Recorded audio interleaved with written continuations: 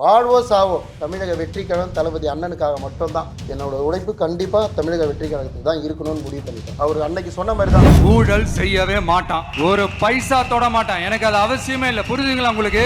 ஊழல் செய்ய மாட்டாருங்க, அவருக்கு அது தேவையும் கிடையாது. அதே தான் நானும் சொல்லுவேன், எனக்கு ஊழல் பிடிக்காது, செய்யவும் தோணாது, செய்யவும் மாட்டேன். எனக்கு அந்த தேவை இல்லைன்றது என் பகுதி மக்களுக்கு தெரியும்.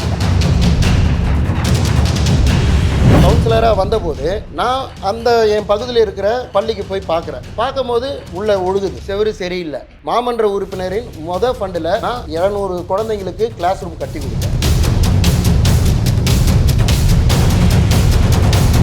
எல்லாமே மாநகராட்சி திட்டம். இது இப்போ எல்லா திட்டமும் ஒரு பேருக்கு ஒரு திட்டம் இருக்கும். அந்த திட்டத்தை நீங்கள் அமெண்ட்மெண்ட் படுத்தி அதை மக்கள் கிட்ட போய் சேர்க்கறதுக்குள்ள போதும் ஆகிடும். இப்போ கூட பார்த்தீங்கன்னா நான் ஸ்கூலில் ஆரம்பித்தேன், நான் கட்டி கொடுத்துருக்கேன். இதுக்கப்புறம் தான் சிஎம்டி அப்ரூவல்லேருந்து ஸ்கூல் கட்டி ஆரம்பிச்சிருக்காங்க. ஸோ இந்த இனிஷியேட்டிவ் நீங்கள் ஸ்டார்டிங்கே எடுக்கலாம். இதுக்கு முன்னாடி இருந்த கவுன்சிலர் அந்த ஸ்டெப் எடுக்கல. நான் கவுன்சிலர் வந்து ஃபர்ஸ்ட் ஃபண்டில் நான் கட்டின பிறகு தான் இந்த கட்டிடங்கள் எழும்புது.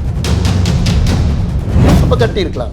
எப்படி சுயேட்சையாக ஜெயிச்சிங்க? இல்லை, எல்லா நண்பர்கள்லாம் சொன்னாங்க அது ஒரு ஜென்ரல் வார்டு, ஒரு ரிசர்வ்டு கேண்டிடேட் போய் நின்னா ஜெயிக்கிறதுக்கு வாய்ப்பே இல்லை. நான் அப்பயே சொன்னேன், ஜெயிக்கிறது வாய்ப்பில்லை, நீங்க சொல்லக்கூடாது, மக்கள் சொல்லணும். ஏன்னா என் குடும்ப மக்களுக்கு அவ்வளோ செஞ்சிருக்காங்க. ஆம்ஸ்ட்ராங் அவரும் ஒரு சுயேட்சையா ஒரு வார்டு கவுன்சிலர்ல ஜெயிச்சு வந்தவர் தானே. பகுஜன் சமாஜ் கட்சி தலைவர் வரைக்கும் ஆகிறாரு. அப்போ வேற கட்சிகளையும் நல்ல வாய்ப்புகள் இருக்கு. ஏன் அதை மிஸ் பண்றோம்? இப்போ நீங்க அண்ணன் பேரை சொன்னதுக்காக சொல்றேன், என்னோட அரசியல் ஆசான் அவரு தான். ஆமா அண்ணா, இந்த மாதிரி ஒரு பொது தொகுதியில போய் நிக்க போறேன், மக்கள் செல்வாக்கும் உனக்கு இருக்குடா. ஓ, அப்ப நீங்க நிக்கும் போது நான் அவர்கிட்ட மட்டும் தான் கேட்கிறேன். பார்க்கும்போது விஜய் என்ன சொன்னார்? ஐயோ, அந்த தருணை நீங்கள் சொன்னீங்கன்னா கூஸ் பம்பே வரும். இன் டீட்டெயிலாக என்ன கூப்பிட்டு அவர் உட்காந்து பேசணும்னு அவசியமே கிடையாது. பேசினார் அதுவே எனக்கு ஒரு மன திருப்தி. அதனால தான் அப்போவே முடிவு பண்ணிட்டேன், எனக்கு இந்த பதவி இது எதுவும் வேணாம், அடிமட்ட தொண்டனாக இருந்தாலே அதில் நான் பெருமை. இப்போ எல்லாம் சொல்கிறாங்க திமுக வந்து மாதவரம் கோட்டை, திமுகவின் கோட்டை அப்படின்றாங்க. உங்கள் கோட்டையாகவே இருந்துக்கட்டும். இப்போ பழசெல்லாம் விட்டுருங்க. இந்த எலெக்ஷனில் நான் மாற்றி காட்டுறத தமிழக வெற்றி கழகத்தின் கோட்டையா நான் சேலஞ்ச் பண்ணுறேன். நான் அதை நான் மாற்றி காட்டுவேன். பேப்பர் ஒர்க்கில் நான் சைன் பண்ணி கொடுப்பேன் பிரதர், இதை நான் மாற்றி காட்டுவேன்னு. ஏன்னா அந்த எலிஜிபிலிட்டி, அந்த பவர் எனக்கு இருக்குது. இப்போ வர எலெக்ஷனில் பாருங்கள், 2026 என் தளபதி சிஎம் சேரில் உட்கார வச்சுட்டு அதுக்கப்புறம் இங்கே மாதவரம் தமிழக வெற்றி கோட்டையாக மாத்திரம் அரசியலை முன் வச்சுதான் நான் இயங்கிட்டு இருந்தேன். அவரை கொள்கை தலைவராக தாவேக்க அறிவிச்சதுனால தான் அதை கண்டிப்பாக தான் போய் போனோம். பட்டியலின மக்களுக்கான பிரச்சனைகளின் போது தாவேக்கா குரல் கொடுத்துச்சா அப்படின்னு பார்த்தா பெருசா இல்லை. கவின் ஆணவ படுகொலை ஒரு மென்பொறியாளர் கொல்லப்படுறாரு சவுத்துல. விஜய்ட்டு ஒரு ட்வீட் கூட இல்லை. காங்கிரஸ் பாரம்பரிய குடும்பம், அங்கிருந்து ஒரு நெருக்கடி வரும். இந்த பக்கம் திமுக ஒரு அதிமுக பாஜக எல்லா பக்கத்துல இருந்தும் இனி இந்த ஒத்துழைப்பு, இனி இந்த இதெல்லாம் எப்படி எதிர்கொள்ள போறீங்க? இப்போ பாதாள சாக்கடை நான் கவுன்சிலராக வந்த பிறகுதான் அந்த பாதாள சாக்கடை ரிப்பன் பில்டிங்ல நான் பேசி லெட்டர் கொடுத்து அந்த அப்ரூவல் வாங்கிட்டு வந்தோம். அதே சிறப்பாக நடக்குதுன்னா இல்லை. எதனாலன்னா ஒரு கவுன்சிலர் பவருக்கு அங்கிருந்து கொண்டு வர என்னால முடிஞ்சது. ஸோ வேலையை ஸ்டார்ட்டும் பண்றாங்க. ஆமா, வேகத்தில் ஸ்டார்ட் பண்ணிட்டு இருக்காங்க. 2 வருஷத்துல முடிய வேண்டியதை இன்னும் 50% கூட அவங்க முடிக்கல. ஸோ இதெல்லாம் தான் எனக்கு ரொம்ப ஒரு அழுத்தமா இருக்கும். நீங்க தயாரா இருந்துங்க, ஏடிஎம்கே டிஎம்கே எல்லாரும் எப்படி இவங்களை ஃபேஸ் பண்ணணும், நீங்க தயாரா இருங்க. ஏன்னா ஃபீல்டில் நிக்கிறது இங்க ராஜன், நான் பாக்குறேன். உலக தமிழர்கள் அனைவருக்கும் வணக்கம். இன்றைய சிறப்பு நேர்காணலில் நம்மோடு இருக்கக்கூடியவர் சென்னை மாமன்ற குழு உறுப்பினர் ராஜன் பர்னபாஸ். வணக்கம் சார். வணக்கம். தாவேக்கால இணைஞ்சிருக்கீங்க. சுயேட்சையா ஒரு கவுன்சிலரா ஜெயிச்சு, அதுவும் சென்னை மாமன்றம் பெரிய பாண்டிச்சேரியெல்லாம் எடுத்துட்டா ஒரு சட்டப்பேரவை தொகுதி மாதிரி. ஸோ அங்கே ஜெயிச்சுட்டு, அதுவும் சுயேட்சையாக ஜெயிச்சுட்டு ஏன் தாவேக்கால சேர்ந்தீங்க? முக்கியமான காரணம் எங்கள் ஐயா அம்பேத்கர், டாக்டர் அம்பேத்கர் அவர்களோட கொள்கை தலைவராக கொண்டிருக்கிறது ஒரு முக்கிய காரணம். அடுத்தது என்னென்னா, ஒரு அரசியல் மாற்றம் வேணும். நான் கடந்த 30 ஆண்டுகளாக எங்கள் குடும்பம் வந்து அரசியல் வாழ்க்கையில் தான் இருக்கோம். எல்லா தேர்தலிலும் வெற்றி பெற்று இருக்கோம். யாராவது ஒரு நல்ல தலைவர் வரமாட்டாங்களா, ஒரு யங்ஸ்டராக எனக்கு வந்து யாராவது ஒரு நல்ல தலைவர் வரமாட்டாங்களா அப்படின்னு நான் ரொம்ப நாள் ஏங்கியிருக்கேன். அப்போது அந்த சமயத்தில் தான் அண்ணன் தளபதி அவர்கள் கட்சி தொடங்கி வந்தார். நான் அப்போவே முடிவு பண்ணிட்டேன், நமக்கான பாதை இது கரெக்டாக இருக்கும், அண்ணன் பாதையிலே நம்ம பயணிக்கலாம் அப்படின்னு நான் முடிவு பண்ணிட்டேன். அப்போவே தமிழக வெற்றி கழகத்தில் போய் இணைஞ்சு நம்ம மக்கள் பணியை தொடருவோம் அப்படின்னு சொல்லி டிசைட் பண்ணிட்டோம். ஸோ அம்பேத்கர்னால தான். அம்பேத்கர் எல்லா தலைவரும், பெரியார், அம்பேத்கர், வீரநச்சர், எல்லா தலைவருக்கும் எல்லாம் நமக்கு ஒரு பட்டியல நமக்கு பர்சனலாக ஒரு டச் இருக்கோங்கல்ல, அது அம்பேத்கர். டாக்டர் அம்பேத்கர். அம்பேத்கர் அரசியல் தான்னாலும் நமக்கு நிறைய வாய்ப்புகள் இருக்குல்ல, நிறைய கட்சிகள் இருக்காங்கல்ல. விசிகா இருக்கு, பகுஜன் சமாஜ் இருக்கு. இன்னைக்கு ஒரு செல்வ பெருந்தகை தான் காங்கிரஸ் தலைவர். ஆமா. இப்படி நம்ம அம்பேத்கர் அரசியலை முன்னெடுக்கக்கூடிய கட்சிகள் திமுக, அதிமுக எல்லாருமே அம்பேத்கர் விரோதமானவர்கள்லாம் இல்ல. எல்லாரும் அந்த கொள்கைகளை ஏற்றுக்கொள்ளக்கூடியவங்க தானே. அவ்வளவு பேர் இருக்கும்போது அப்புறம் ஏன் தாவேக்கான்னு எனக்கு நிறைய வாய்ப்புகள் வந்தது பிரதர். டிஎம்கேல இருந்து, காங்கிரஸ்ல இருந்து என்ன சொன்னாங்க, நீ அந்த கட்சிக்கு போகாதப்பா, உனக்கான அங்கீகாரம் நாங்கள் கொடுக்குறோம், ஓகே நீங்க எம்எல்ஏ சீட்டு எங்க கேட்குறீங்களோ கொடுக்குறோம், அப்படி இப்படி டிஎம்கேல உங்களுக்கு நல்ல பதவி கொடுக்குறோம். எனக்கு மனசுல தோணிடுச்சு, இது இந்த ஊழல் கட்சிக்கிட்ட இனிமேட்டு நம்ம பயணம் வேண்டாம், மக்களுக்கு ஒரு நல்லது செய்யணும் அப்படின்னா அது கண்டிப்பா தமிழக வெற்றி கழகத்தால மட்டும் தான் முடியும். வருஷ கணக்கில் இவங்களை நம்பி நம்பி நம்பி நம்பி ஏமாற்றம் தான் பிரதர். அதனால ஃபிக்ஸ் பண்ணிட்டோம், வாழ்வோ சாவோ தமிழக வெற்றி கழகம் தளபதி அண்ணனுக்காக மட்டும்தான். என்னோட உழைப்பு கண்டிப்பா தமிழக வெற்றி கழகத்துக்கு தான் இருக்கணும்னு முடிவு பண்ணிட்டோம். இன்னொரு விஷயம் கூட, சுயேட்சையா தான் ஜெயிக்கிறீங்கல்ல. ஆமா, ஒரு பொது வார்டில் நின்று ஆமா, ஒரு ரிசர்வ் கேண்டிடேட் ஜெயிக்கிறதுன்றது கண்டிப்பா பெரிய விஷயம். ஜெயிக்கிறீங்கல்ல, அப்ப அந்த அளவுக்கு அப்ப செல்வாக்கு இருக்குல்ல. ஆமா, அப்போ நமக்கு இயல்பாவே ஜெயிக்கிற வாய்ப்பு இருக்கிற நேரத்துல, நமக்கு இயல்பாவே செல்வாக்கு இருக்கிற நேரத்துல தாவேக்கா மாதிரி ஒரு கட்சி தேவையா? அம்பேத்கர் அரசியலை நம்மளால தனியா முன்னெடுக்க முடியாதா? ஒரு ஒரு தனி கட்சியோ அல்லது ஒரு அமைப்போ உருவாக்க முடியாதா? அல்லது வேறு இயக்கங்களோடு இணைந்து பணியாற்ற முடியாதா? ஏன் இந்த இடத்துல ஒரு தாவேக்கா தேவைப்படுது? தாவைக்கா தேவைப்படுதுன்னா, ஒருத்தர் பல பெரிய உச்சியில இருந்து எனக்கு இந்த 1000 கோடி சம்பளம் வேண்டாம், எதுவுமே வேண்டாம், நான் மக்களுக்கு நல்லது செய்ய வரேன் அப்படின்னு ஒருத்தர் வராரு அப்படின்னும் போது அவர் கூட சேர்ந்து பயணிக்கணும். இங்க இருக்கிறவங்க 500 கோடி 1000 கோடி 2000 கோடி ஊழல் தானே. இதே கார்பரேஷன்ல எடுத்துக்கிட்டீங்கன்னா, எதை ஒரு கான்ட்ராக்ட் எடுத்தா அதுல ஒரு 500 கோடி ஊழல், இது ஒரு எடுத்துக்கிட்டா அதுல ஒரு 1000 கோடி ஊழல், இப்படி ஊழல்லே தானே போகுது. இதெல்லாம் ஒரு கார்பரேஷன் கவுன்சிலர் இருந்து நான் நேரடியாக பார்த்ததுவன், அங்க என்ன நடக்குது, எவ்வளோ ஊழல் நடக்குதுன்னு தெரிஞ்சவன். என்னோட இது பவருக்கு ஏற்றபடி அதை என்னால் கேட்க தான் முடியுது, அதால் என்னை திருத்த முடியல. அதை திருத்தக்கூடிய சக்தி தளபதி அண்ணன் மட்டும்தான் இருக்கு, தமிழக வெற்றி கழகத்தில் தான் இருக்கு. அண்ணன் சிஎம்மா உட்கார்ந்தாருன்னா இது எல்லாமே அவர் அன்னைக்கு சொன்ன மாதிரி தான், ஊழல் செய்ய மாட்டாருங்க, அவருக்கு அது தேவையும் கிடையாது. அதே தான் நானும் சொல்லுவேன், எனக்கு ஊழல் பிடிக்காது, செய்யவும் தோணாது, செய்யவும் மாட்டேன். எனக்கு அந்த தேவை இல்லைன்றது என் பகுதி மக்களுக்கு தெரியும் நல்லா. இல்லைன்னா 30 ஆண்டு காலமாக நாங்களே அரசியல், இங்கே எங்கள் குடும்பம் ஃபஸ்ட்டு அப்பா சேர்மனாக இருக்கார், அம்மா சேர்மனாக இருக்காங்க, அக்கா கவுன்சிலர், அதுக்கப்புறம் நான் ஒரு சுயேட்சை கவுன்சிலர். இந்த ஒரு ட்ராக் வந்து நாங்கள் ஏதாவது ஒரு மக்களுக்கு நாங்கள் ஊழலோ ஏதோ செஞ்சுருந்தா நாங்கள் இந்த 30 ஆண்டு காலத்தை நாங்கள் கடந்திருக்க முடியாது. எல்லாம் அந்த மக்கள் செல்வாக்கு தான். நாங்கள் எல்லா மக்களுக்கு நல்லது செஞ்சதால மட்டும்தான் இந்த 30 ஆண்டுகளும் டிஎம்கே ஆட்சியாக இருக்கட்டும், ஏடிஎம்கே ஆட்சியாக இருக்கட்டும், எந்த ஆட்சி இருந்தாலும் எங்கள் குடும்பம் தான் சேர்மனாக இருந்திருக்கோம், எங்கள் குடும்பம் தான் கவுன்சிலராக இருந்திருக்கோம் இன்னைய தேதி வரைக்கும். எப்படி? அதுதான் மக்கள் செல்வாக்குங்க. எப்படின்னு கேட்டிங்கன்னா, இதில் வந்து எங்கள் வீட்டை தேடி எங்களை தேடி மக்கள் இந்த உதவி அப்படின்னு வந்தால் எல்லா உதவியும் நம்ம பண்ணுவோம், எங்கள் வசதிக்கு ஏற்ற உதவியே பண்ணுவோம். எங்கள் வசதிக்கு ஏற்ற முடியல அப்படின்னாலும் அதுக்கு முயற்சி செஞ்சு அவங்களுக்கு ஏதாவது திருப்தியாக பண்ணுவோம். எந்த திருமண நாள் வந்தாலுமே சரி, அவங்க வீட்டில் எந்த நல்ல காரியமாக இருந்தாலும் சரி, எங்கள் குடும்பம் முன்னிருந்து அவங்களுக்கு எல்லா செலவும் பார்த்து அவங்க மன திருப்தி அடைகிற அளவுக்கு எல்லாம் எங்கள் பகுதியிலலாம் இவங்க அவங்கலாம் கிடையாது. இந்த விஷயத்தில் நாங்கள் அவங்க ஏடிஎம்க்கு காரங்க, இவங்க டிஎம்கே காரங்க, எங்கள் ஊர் ஏன் மக்கள் காங்கிரஸ்காரங்கன்றனால தானே. இப்போ காங்கிரஸ்காரர் தானே, காங்கிரஸ் கொடுத்த பதவி தானே. அப்போ அது இது இங்கே தான் எல்லாருமே நீங்கள் தப்பாக நினைக்கிறது என்னென்னா, காங்கிரஸ்ன்றது அப்போ 1996 கவுன்சிலராக சுயேட்சையாக தான் ஜெயிக்கிறாரு. அப்போது இப்போ எனக்கு எப்படி என் தலைவர் மேலே ஒரு உடன்பாடு, ஒரு நம்பிக்கை, அது மாதிரி எங்கள் அப்பாவுக்கு அப்போ மூப்பனார் தலைவர் மூப்பனார் இருந்தார், அவர் மேலே ஒரு பற்றில் அப்போ காங்கிரஸில் இணைஞ்சிட்டு இருக்கும்போது மூப்பனார் கூட ட்ராவல் பண்ணிட்டு போயிட்டு இருக்கும்போது, ஓகே நம்ம எந்த கட்சியும் மாறக்கூடாது, அந்த கட்சியிலே இருப்போம், தலைவரை நம்பி போனோம், வாழ்வோ சாவோ இந்த கட்சியிலே இருப்போம்னா அவர் இறக்குற வரைக்குமே காங்கிரஸ் காங்கிரஸ் காங்கிரஸ் மட்டுமே இருந்தார். அப்போவும் நான் இப்போ ஃபேஸ் பண்ணுற ப்ராப்ளம் இல்லை, அப்போவே அவர் ஃபேஸ் பண்ணியிருக்காரு.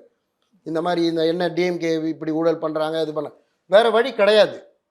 அது திருத்தறதுக்கான சக்தி எங்ககிட்ட இல்லை, எங்கள் ஊரை நாங்கள் பார்த்துப்போம். இப்போ இங்கே உங்கள் வார்டு கவுன்சிலராக இருக்கிறனால உங்களுக்கு நிதி ஒதுக்கியிருப்பாங்க, இங்கே நலத்திட்டங்கள் நடக்கும், அதுல எல்லாம் எந்த ஊழல்லாம் இல்லை. கண்டிப்பாக இல்லை, அது ஆணித்தனமாக நான் சொல்லுவேன். எதனாலனா, ஒரு கார்பரேஷன் ஃபண்டு இதுக்கு முன்னே பார்த்தீங்கன்னா 40 லட்ச ரூபா, ஆண்டுக்கு 40 லட்ச ரூபா. இப்போ 50 லட்ச ரூபாய் உயர்த்தியிருக்காங்க. ம். எனக்கு ஃபஸ்ட்டு 40 லட்சம் நான் கவுன்சிலராக வந்தபோது நான் அந்த என் பகுதியில் இருக்கிற பள்ளிக்கு போய் பார்க்குறேன். பார்க்கும்போது உள்ளே ஒழுகுது, ம். செவுரு சரியில்லை. நான் அப்போவே அங்கே ஹெச்எம்ஐ கூப்பிட்டு, மேம் என்ன பண்ணி தரணும்னு சொல்லி, சார் இந்த மாதிரி பேட்ச் ஒர்க்கெல்லாம் பண்ணி தரணும் சார். மேம் நீங்கள் கவலைப்படாதீங்க, அதை நான் பண்ணித்தரேன். அங்கே பார்த்துட்டு வந்து ஃபண்டு, அதாவது மாமன்ற உறுப்பினரின் ஃபண்டில் நான் 200 குழந்தைங்களுக்கு கிளாஸ் ரூம் கட்டி கொடுத்தேன். கம்ப்ளீட் இதில் நவீன முறையில் கட்டி கொடுத்தேன். வந்த ஃபஸ்ட்டு ஃபண்டே நான் அதுக்கு தான் யூட்டிலைஸ் பண்ணேன். ஸோ என்னால் என் பவருக்கு என்ன முடியுமோ அதை நான் செய்கிறேன். ஸோ இப்போ இங்கே பிரச்சனை இல்லை. இங்கே பிரச்சனை இருக்க தான் செய்யுது, இல்லைன்னு சொல்லலை. இப்போது என் சக்திக்கு முடிஞ்சது, ஃபார் எக்ஸாம்பிள் 40 லட்சம் தராங்க, என்னால் ஸ்கூல் கட்ட முடிஞ்சுது. இதே ஒரு மாமன்ற உறுப்பினருக்கு 1 கோடி ஃபண்டு தராங்க அப்படின்னு கேட்டால் அந்த ஸ்கூலை இன்னும் மேம்படுத்தி பண்ணியிருப்பேன். இல்லை அடுத்தது விளையாட்டு அரங்கம், அதை ரெடி பண்ணி கொடுத்துருப்பேன். என்னால் முடிஞ்ச ஒரு கவுன்சிலர் ஃபண்டுக்கு முன்னால் முடிஞ்சதை நான் கண்டிப்பாக பண்ணி தந்திருக்கேன். இன்னும் நிதிகள் இப்போ உங்கள் பவருக்கு தானே, உங்களுடைய செலவுக்கு தானே 40 லட்சம். ஆமாம், கண்டிப்பாக செய்யறதுக்கு. கண்டிப்பாக. அது இல்லாமல் மாநகராட்சி ஃபண்ட் இருக்கு, மாநகராட்சியில் நலத்திட்டங்களோ மாநகராட்சியில் இந்த மாதிரியான உட்கட்டமை வசதிகளை மேம்படுத்துறதுக்கெல்லாம் செய்வாங்கல்ல. அது எல்லா துறையில செய்வாங்க, எல்லா பள்ளி கண்டிப்பா கண்டிப்பா கண்டிப்பா நம்ம முயற்சித்து வாங்கி கொடுத்துறோம். எல்லாத்தையும் முயற்சி பண்ணி வாங்கி கொடுக்கும் பிரதர். என்னன்னா எல்லாமே மாநகராட்சி திட்டம் இது அப்படின்னு. இப்போ எல்லா திட்டமும் ஒரு பேருக்கு ஒரு திட்டம் இருக்கும். அந்த திட்டத்தை நீங்கள் அமெண்ட்மெண்ட் படுத்தி அதை மக்கள்கிட்ட போய் சேர்க்கறதுக்குள்ள போதும் ஆகிடும். இப்போ கூட பார்த்தீங்கன்னா நான் ஸ்கூலில் ஆரம்பித்தேன், நான் கட்டி கொடுத்துருக்கேன். இதுக்கப்புறம் தான் சிஎம்டி அப்ரூவல்லேருந்து ஒரு ஸ்கூல் கட்டி ஆரம்பிச்சிருக்காங்க. மேபி 1 இயரில் ஓப்பன் ஆகும். ஸோ இந்த இனிஷியேட்டிவ் நீங்கள் ஸ்டார்டிங்கே எடுக்கலாமே. ஏன் நான் ஒரு கவுன்சிலராக இதுக்கு முன்னாடி இருந்த கவுன்சிலர் அந்த ஸ்டெப் எடுக்கல. நான் கவுன்சிலர் வந்து ஃபஸ்ட்டு ஃபண்டில் நான் கட்டின பிறகு தான் இந்த கட்டிடங்கள் எழும்புது. நான் கட்டின பிறகு தான் மக்கள் கேள்வி கேட்குறாங்க. என்னை நம்பி எங்கள் கவுன்சிலர் வந்திருக்காரு, அவரால் முடிஞ்சது கட்டுற, நீங்கள் என்ன பண்ணிகிட்டு இருக்கீங்க? அப்போ தானே நீங்கள் ஸ்கூல் கட்ட ஆரம்பிக்கிறீங்க. ஓகே, இதுக்கு முன்னவே நீங்கள் கட்டி இருக்கலாமே. இதுக்கு முன்னே நான் கவுன்சிலர் ஆகிறதுக்கு முன்னாடி 5 வருஷத்துக்கு அது கார்பரேஷன் லிமிட்டில் தான் இருந்தது. அப்போ கட்டி இருக்கலாம். எப்படி சுயேட்சையாக ஜெயிச்சிங்க? ஏன்னா இப்போ இந்த வார்டில் ஜெயிக்கிறதுங்கிறது வேற. ஏன்னா அப்பாலேருந்து அம்மாலேருந்து எல்லாருமே வரிசையாக இருந்துட்டு இருக்காங்க. ஆமாம். ஒரு ஜென்ரல் வார்டுக்கு போயிட்டு எப்படி போனீங்க? எப்படி அதில் இதில் முக்கியமாக என்ன சொல்லணும்னா, நாங்கள் அந்த 30 ஆண்டு கால அரசியல் வாழ்க்கைன்னு சொல்கிறோம் பார்த்தீங்களா, அப்போ வந்து அப்பா 5 வருஷம் சேர்மனாக இருந்தார். அந்த 5 வருஷம் சேர்மன் பீரியட் எப்படி இருந்ததுன்னா, இப்போ இருக்கிற மாதாவர தொகுதியோட 90% புழல் யூனியன் ஒன்றியமாக இருந்தது. ஸோ அதுக்கு அப்பா சேர்மனாக இருந்தார். அவரால் முடிஞ்ச எல்லா நன்மையும் அவர் செஞ்சுருக்கார். ஸோ மக்களுக்கு டைரக்ட் டு டைரக்ட் கான்டாக்ட் அவர்கிட்ட இருந்தது. மக்கள் வந்தாங்கன்னா பர்னபாஸ் அவர்கிட்ட போனோம்னா கண்டிப்பாக உதவி கிடைக்கும், நமக்கு ஒரு நியாயம் கிடைக்கும், எது இருந்தால் கிடைக்கும் அப்படின்ற ஒரு நம்பிக்கை அந்த 90% ஆஃப் த மக்களுக்கும் இருந்தது. அதை தொடர்ந்து அதுக்கப்புறம் ஒரு எலெக்ஷன் கண்டக்ட் பண்ணுறாங்க 5 வருஷம் முடிஞ்சுட்டு. ஸோ அப்போ லேடிஸ் வார்டுன்றதுனால என்னோட தாயார் வதனா பர்னபாஸ் கண்டெஸ்ட் பண்ணுறாங்க. அவங்களும் வெற்றி பெற்று சேர்மன் ஆகுறாங்க. அதே 90% மாதாவரம் தொகுதி சொல்கிறேன் அதுக்கு.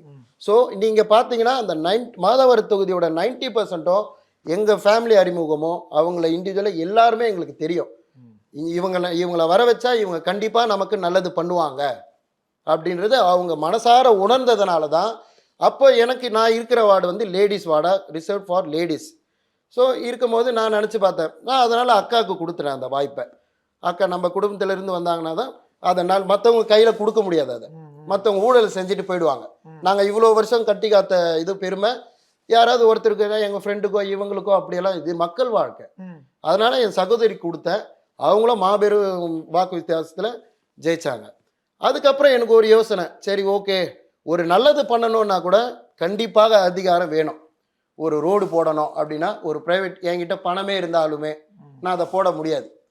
அதுக்கு நீங்கள் ஏன் போடுறீங்கன்னு ஒரு 1008 கேள்வி வரும். இதுக்கும் ஒரு அதிகாரம் வேணும். அந்த 5 வயசுல நான் என்னால் ஐடியாலாம் உட்கார முடியாது. எனக்கு மக்கள் பணி செஞ்சுட்டு தான் இருக்கணும் அப்படின்னு டிசைட் பண்ண பார்த்ததுல 23வது வார்டு காவாங்கரை. அங்கே எந்த வசதியும் இல்லை, பாதாள சாக்கடை இல்லை, ஏதோ மக்கள் கஷ்டப்படுறாங்க. சரி ரைட் ஓகே அதை சூஸ் பண்ணுவோம். இல்லை எல்லா நண்பர்கள்லாம் சொன்னாங்க அது ஒரு ஜென்ரல் வார்டு, ஒரு ரிசர்வ்டு கேண்டிடேட் போய் நின்னா ஜெயிக்கிறதுக்கு வாய்ப்பே இல்லை. நான் அப்பயே சொன்னேன் ஜெயிக்கிறதுக்கு வாய்ப்பில்லை நீங்கள் சொல்லக்கூடாது, மக்கள் சொல்லணும். ஏன்னா என் குடும்பம் மக்களுக்கு அவ்வளோ செஞ்சுருக்காங்க. நான் மக்களை நம்பி நிற்கிறேன். இந்த ஜென்ரல் வார்டு இதெல்லாம் எனக்கு வேண்டாம். ஏன் எனக்கு மக்கள் மீது நம்பிக்கை இருக்கு. ம். மக்கள் கிட்ட நான் போய் பேசுறேன், மக்கள் எனக்கு ஓட் பண்ணுவாங்க. அந்த மக்களை நம்பி நான் நின்று மாபெரும் ஓட்டு விசாரத்தில் வெற்றி பெற்றேன்.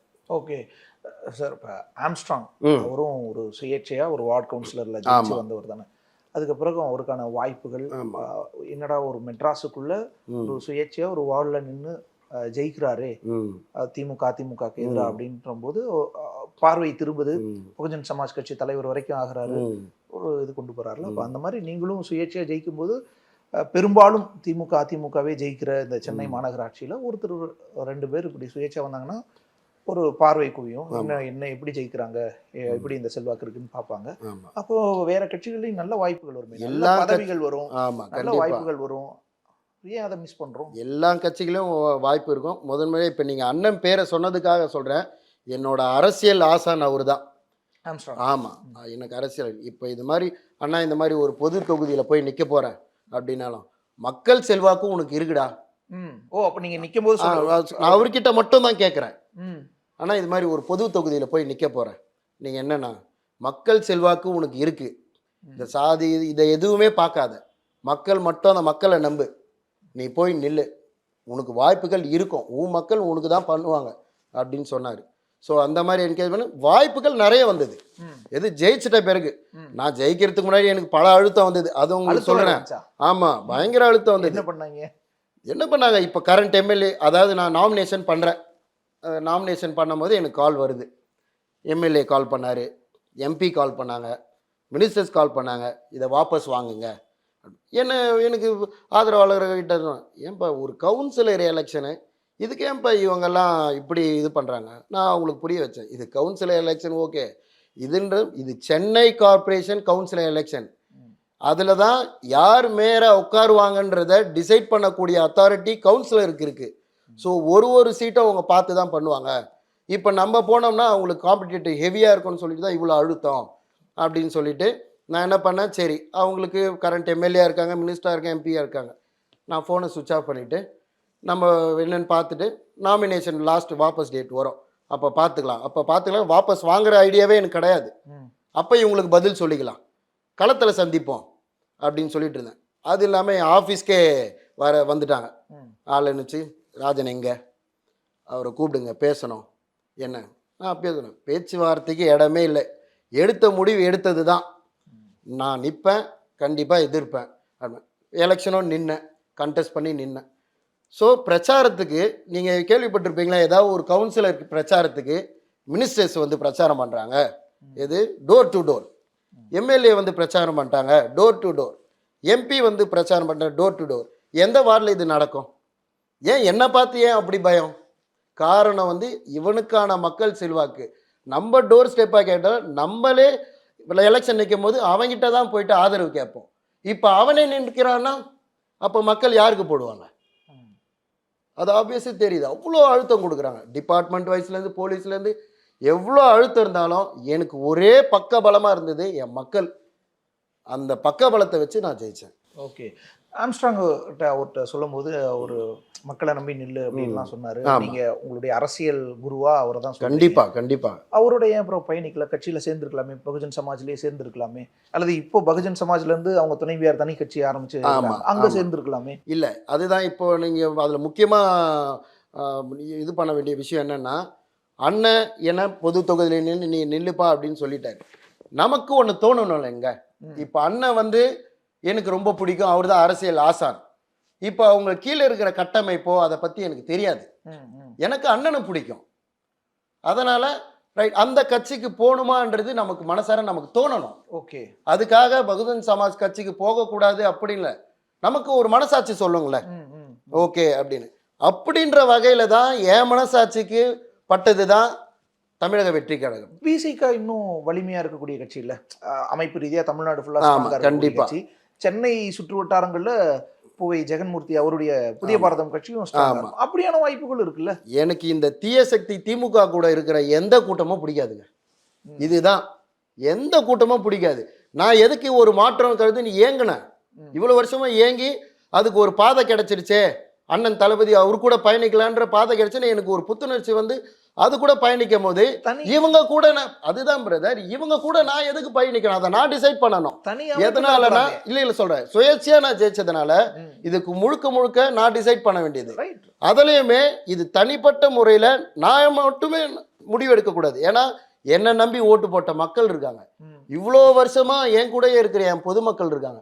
எல்லாரையும் பார்த்து அவங்க மனநிலை என்ன, தாவேக்கா தான். ஆமா, அவங்க மனநிலை எல்லார்கிட்டையும் நான் கேட்டேன். எனக்கு அவங்க சொன்ன ஒரே வார்த்தை, நாங்கள் இவ்வளோ காலம் உங்கள் கூட ட்ராவல் பண்ணியிருக்கோம்ப்பா, உங்கள் மேலே எனக்கு பெரிய நம்பிக்கை இருக்குது. நீ எப்போ தமிழக வெற்றி கழகத்தில் சேர்ந்தையோ உன் மேலே எனக்கு பெரிய மதிப்பும், சொல்லவே வார்த்தை இல்லைப்பா. ஏன்னா நல்லது தளபதியால் மட்டும்தான் செய்ய முடியும், தமிழக வெற்றி கழகத்தால் தான் செய்ய முடியும். அது மூலயமா வந்தால் அது ரொம்ப நல்லா இருக்கும் அப்படின்னு சொல்லி என்ன சொன்னார் விஜயை பார்க்கும் பொழுது? விஜய் என்ன சொன்னார்? ஐயோ, அந்த தருணை நீங்கள் சொன்னீங்கன்னா கூஸ் பம்பே வரும். ஏன்னா எல்லாரும் சொல்லுவாங்க விஜயை பார்க்க முடியும், அதெல்லாம் எதுவுமே கிடையாது.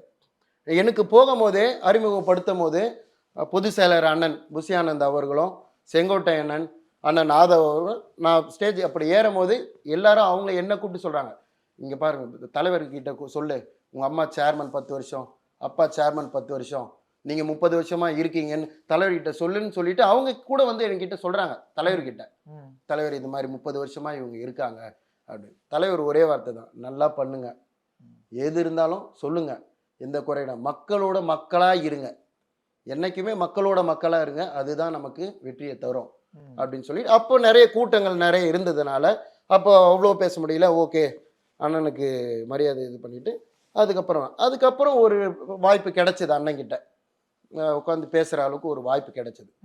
அப்போ அவர் எனக்கே ஒரு ஆச்சரியம்.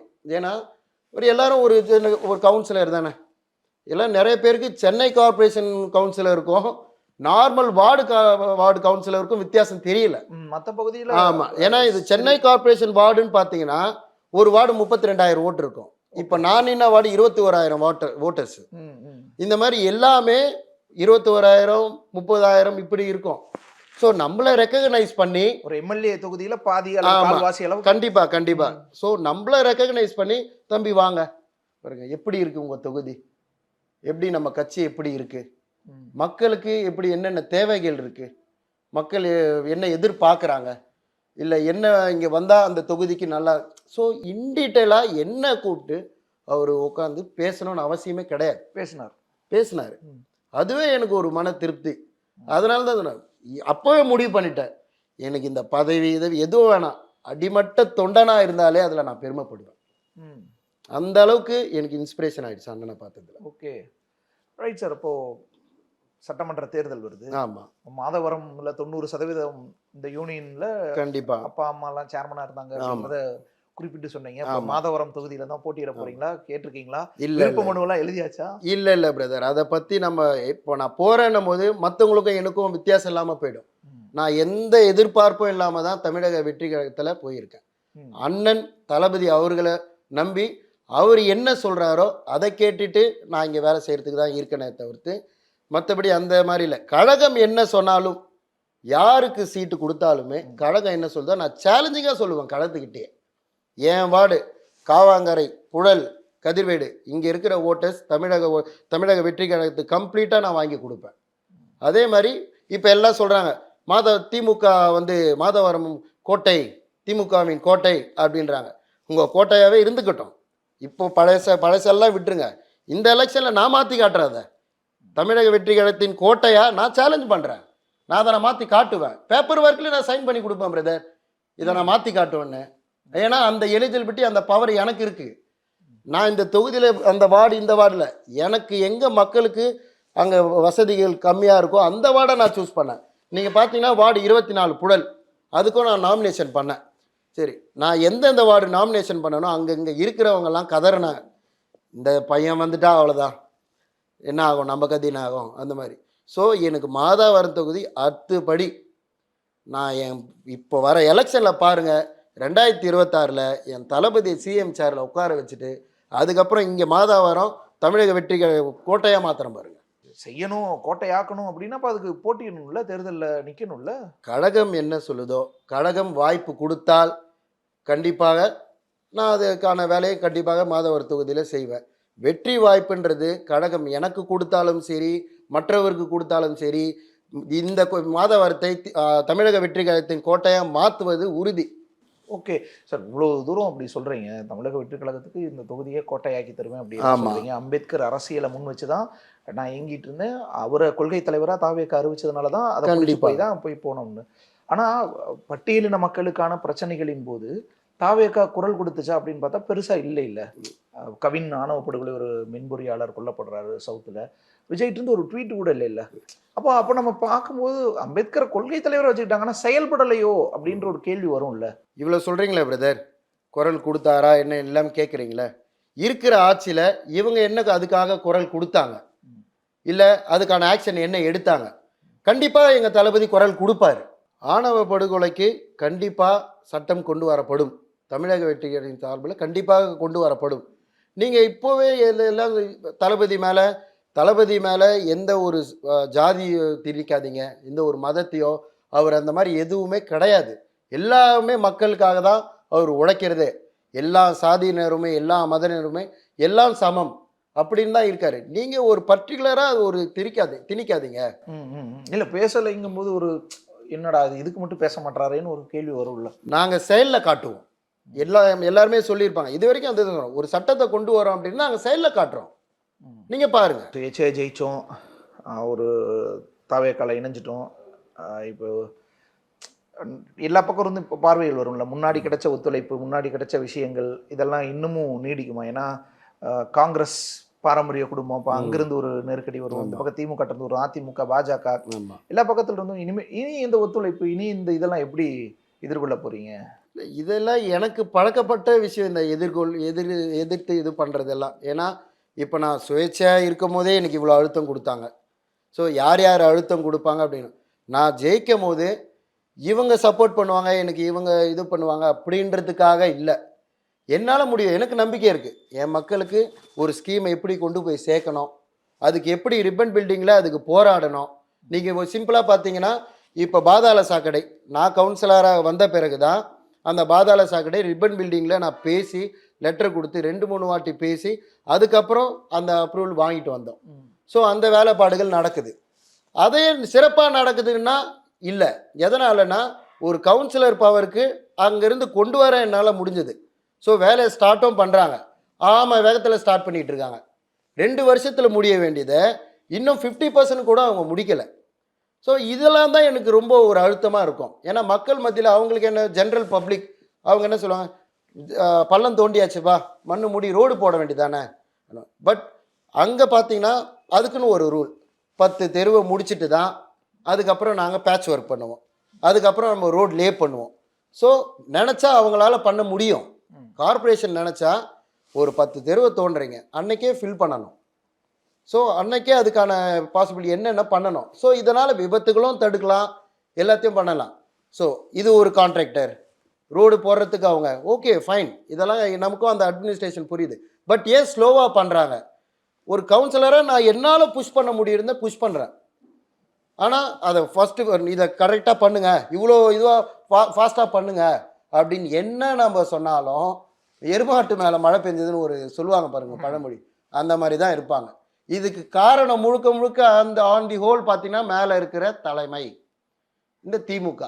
ஏன் இதை ஒரு கட்டமைப்பு நீங்கள் கொண்டு வரலை? என்னால் முடிஞ்சதை நான் பண்ணுறேன். ஸோ இதுக்கு மேலே இருக்கிறவங்க அதுக்கேற்ற மாதிரி அட்மினிஸ்ட்ரேஷன் வச்சுருந்தா இது நடந்திருக்காது. அந்த ஒர்க் சீக்கிரம் ஒரு 2 வருஷன்றது 2.5 வருஷத்தில் முடியலாம், 2 வருஷம் 5 வருஷமா, இதெல்லாம் எப்படி?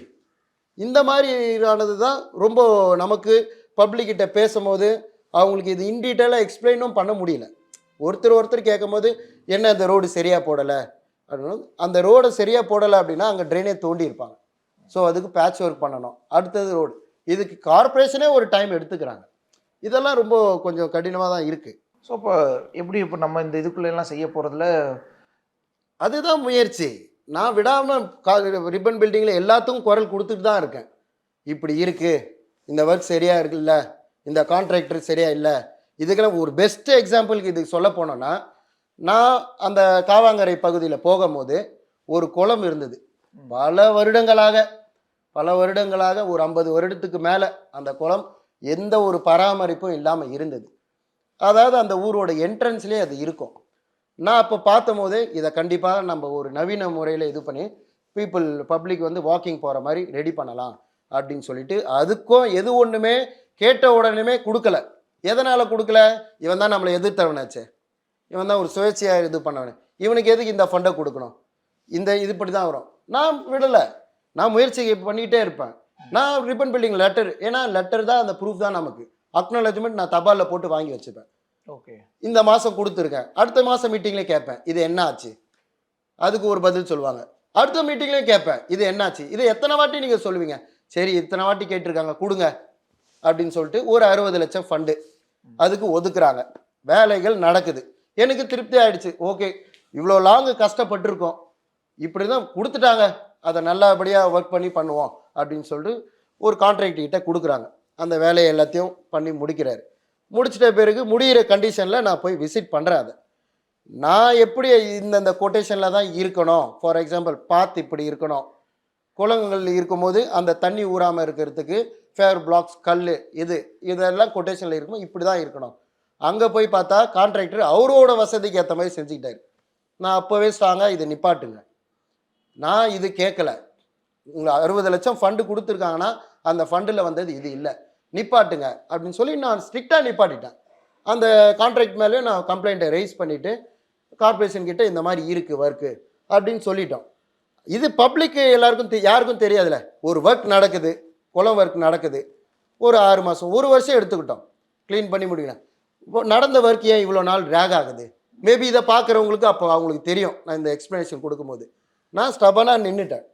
நான் எப்படி கேட்டோனோ அப்படி கொடுங்க. ஸோ அந்த கான்ட்ராக்டர் பேரில் மெமோ கொடுத்து புதிய கான்ட்ராக்ட் வந்திருக்காங்க, அவர்கிட்ட போன மாதம் தான் பேசணும். மேபி இந்த ஒரு 15 டேஸில் அந்த ஒர்க் ஸ்டார்ட் ஆகிடும். ஸோ நான் அவ்வளோ ஸ்டபனாக நின்னேன். கார்பரேஷன் கொடுத்துட்டாங்க, கார்பரேஷனை ஃபைட் பண்ணக்கூடாது.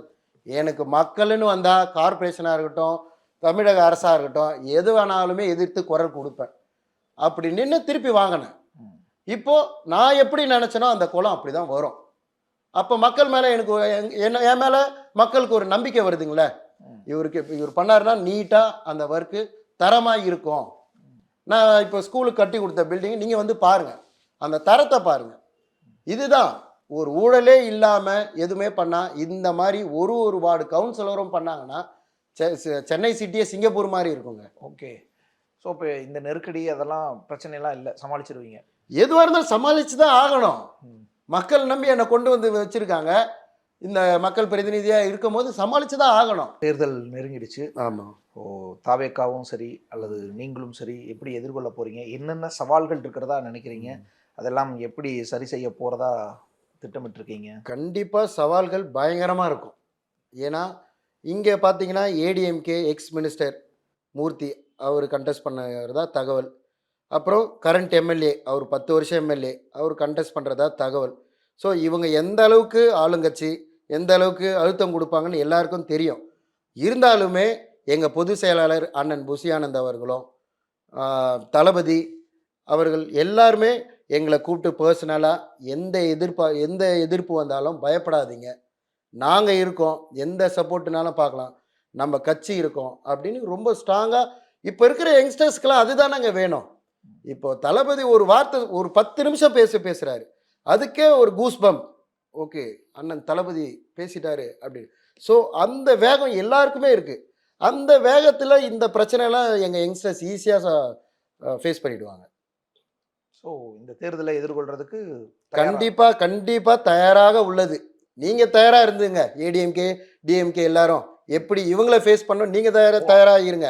ஏன்னா ஃபீல்டில் நிற்கிறது இங்கே ராஜன், நான் பார்க்குறேன். ஓகே, நன்றி சங்கோட. நன்றி.